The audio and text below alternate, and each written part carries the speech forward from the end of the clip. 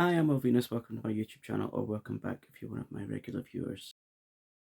So today it's my I struggle saying that, 6th year sobriety birthday. So 6 years sober. If you want to check out the video I did last year for 5 years sober, I'll link it up here somewhere. And if you want to see the full extent that my alcoholism went to, I will link the videos in the description. So I thought today I would take it back to basics actually, because my YouTube channel first started off as doing mental health vlogs and vlogging in general until I kind of branched out into various different things. It was actually whilst I was chatting with a fellow YouTuber, Erica Conger, hi if you're watching, and she did some sort of tag on her channel talking about how it started as to what it is now, and I was saying to her in the comments how mine started, and it gave me the idea to do this like a sort of yearly check-in and just a general mental health check-in. And I'll be honest, I nearly did relapse recently, and I'll tell you for why. It's pet related. So normally with anxiety around people and things, like if people get ill or if they're struggling with something, I have quite a calm, logical mind to work my way through these things. But when it comes to pets, you can't really do that because they can't tell you what's wrong with them. I'm sure if you're a pet parent, you'll understand what I mean. This week, my dog, he got really ill, and when I took him out, it looked like it was, well, I can't really put this delicately, so I'll just say it looked like it was pooing blood.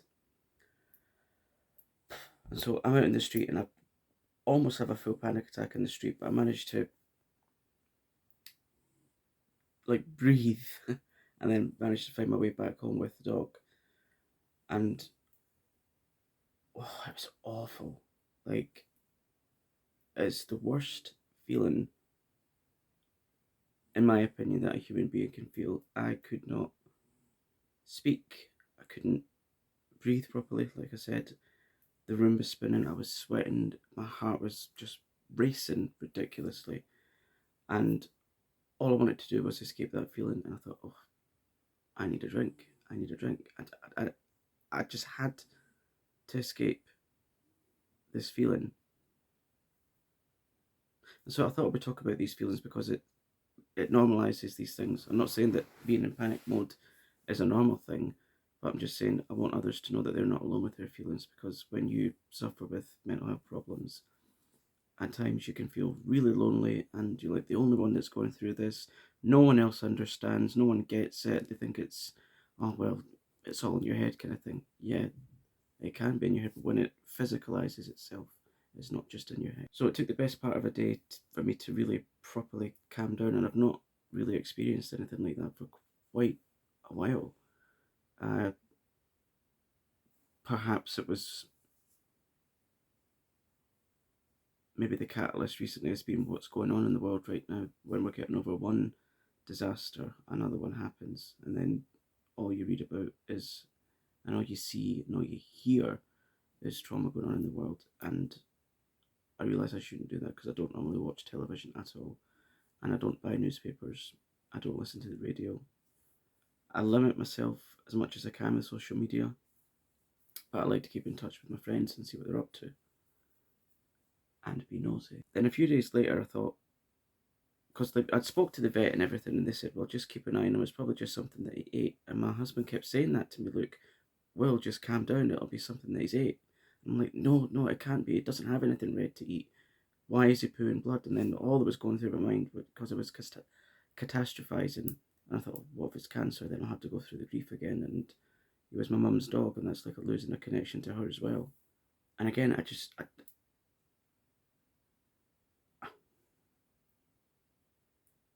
I cannot cope with my pets at all, because they're like my babies, like my children.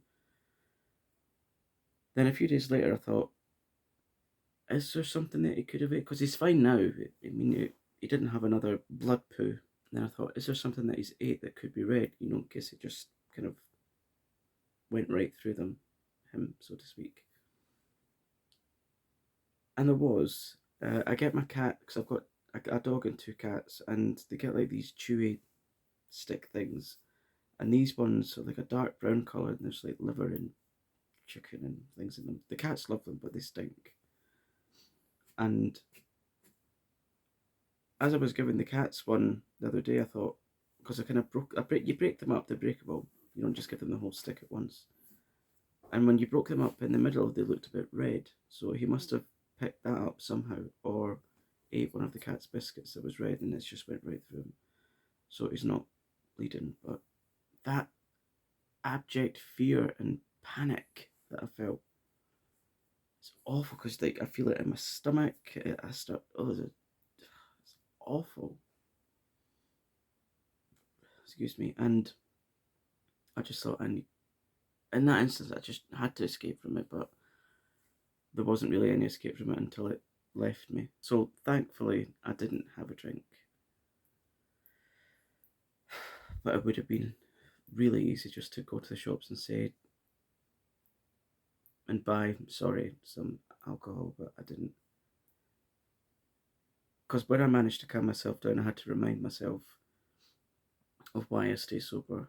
And I'm also realizing that this video is a bit repetitive, because I have done other videos like this, but I've got a lot of new people here. So that's another reason why I'm doing this.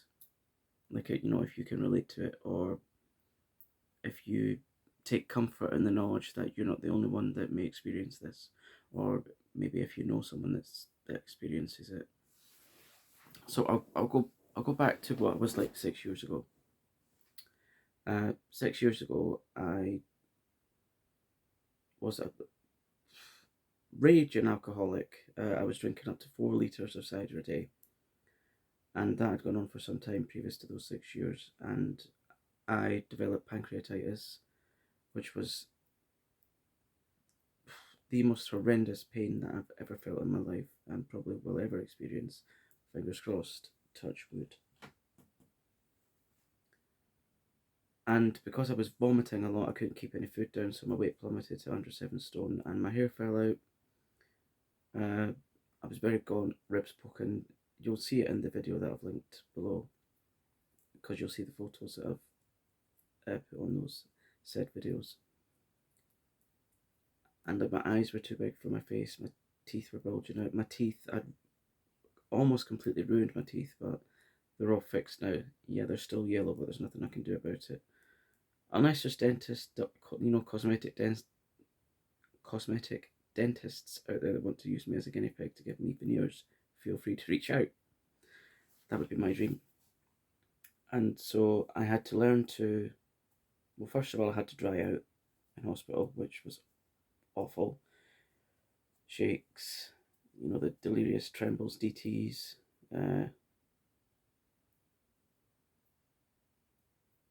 Yeah, so I was in hospital for the best part, on and off for the best part of a year, and I had to learn how to eat again, although you wouldn't think it looking at me now, because I'm literally double the person I used to be.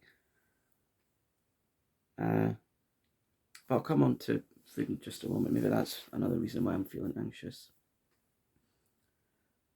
And I had to learn how to eat again. And all at this point, I'd just met my husband. He was then my partner, and so he was, in like the early stages of our relationship, he was kind of like my savior in a way, because he was the one that was saying, "You don't need it. You're fine as you are. You don't need it." And he was the one helping me through the sleepless nights, the aches, the pains, and the sweats, and the one making sure that I'd had all my medication, making sure that I'm having my pain relief. And I had to actually take these tablets. I think the brand name was Creon.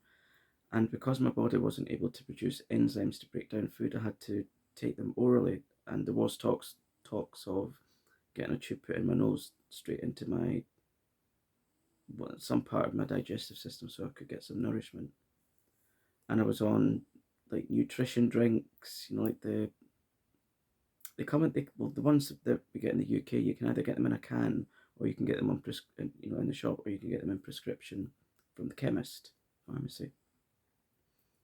And I think I had four of those a day, but I was eating solid food that I really had to get to grips with again, because my body, it was just so long since my body was able to, or had any food put in it because I wasn't eating properly. I didn't want to eat. All I wanted to do was drink because I felt if I ate, it would kind of take away the effect of the alcohol, which is completely ridiculous. I know, but that's all I wanted, because your body, over time, it gets used to a certain level of alcohol, and then you start to feel the withdrawal. So you have to keep topping it up and up and up and up and up until your tolerance to alcohol is just ridiculous. And yeah, I'd had growths on my pancreas. They've since shrunk, but I'm still left with chronic pain down my left side and up my back 6 years later. Yeah, so yeah, I can't believe it. 6 years sober.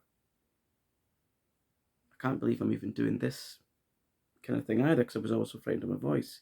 But over those 6 years, I've got just ploughed through all of my fears, like the fear of my voice, the fear of how I look, the fear of if no one will like me. It's okay to be disliked by people. I don't really care.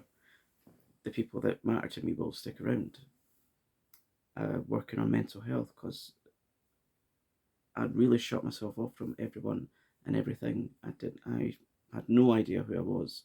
I mean, the only idea that I had who I was a drinker, and I would get lost in that until I blacked out. And so, for those who are sat there thinking, well, you look absolutely fine. Yeah, I do look fine, but behind the camera and behind social media and all the polished posts, and it's taken a lot of work. So, like, taking those first baby steps of eating, like, just a couple of mouthfuls and then building it up and eating healthy meals. Although now I'm at the other end of the spectrum, just enjoy food. Back then it was a case of eating to live and not live to eat, you know? So now I'm waiting to hear from a dietitian, because I've not had any support since I was told you can eat anything and everything that you want, because that's not healthy now. Because my anxiety recently has been moderate to severe, I've been using food as a source of comfort. But it's not really a comfort though, is it? Because in my opinion, and to a certain extent, it's a bit like self-harm, because you're not eating the things that are good for you. You're not eating the things that are going to help you maintain a healthy weight. And for me, weight is it's just my thing. It's not what other people say. I don't really give a shit what other people say. Unless I ask for it, I don't really care. I don't like myself from like here down. I hate my body. I hate it. And I don't really know how to get back to a healthy size, a healthy fitness level. I mean, I've never been an uber fit gym person or anything like that. To me, that's just completely boring. And then people say, yeah, but just eat things in moderation. But moderation to me equals boring. I'm not really one to do anything by halves. This is really odd for me as well, because like I said a wee while ago, my channel started off by mental health things and that. It also started off by me recording with my phone, which is what I'm doing right now. It was another phone that I had back then, but I'm using my phone right now to record, and it's odd not looking there, which is what I'm seeing on the screen, and I have to look here. So although here is what's going to go in the video, you need to look to the camera bit. Yeah, tangents. My autistic mind. Yeah, there's another thing that I've discovered in the last 6 years. I'm autistic, which explains a lot. I've actually just finished writing my next video, whatever, for my other channel. It's called Will Venus Autistic. I'll link it below. Subscribe to it. I would love to have you there. And if you know anyone that's autistic, or anyone that wants to educate themselves on autism, get them to subscribe to it as well, because it's brand new and I need all the help I can get, please.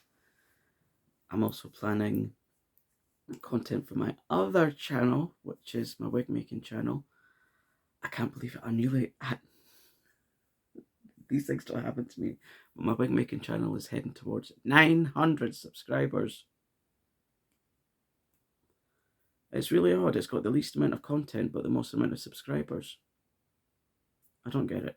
Perhaps it's just because I'm very talented. In fact, I'll show you something that I made for myself the other day. I normally only make things for other people, but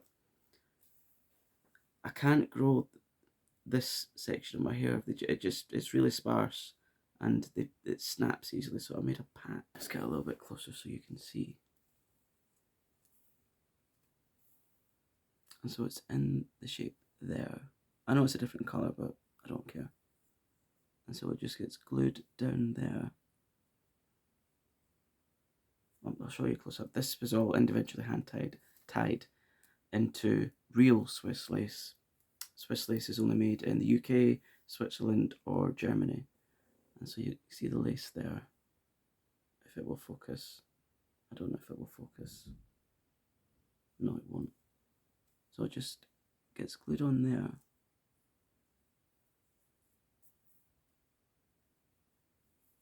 I can tie it up. And there's a patch. Yeah, I could do patches, eyebrows, beards, wigs, half wigs, closures, toppers, frontals, nape things, chest wigs, more intimate wigs. Although that would be interesting, doing the measurements for those.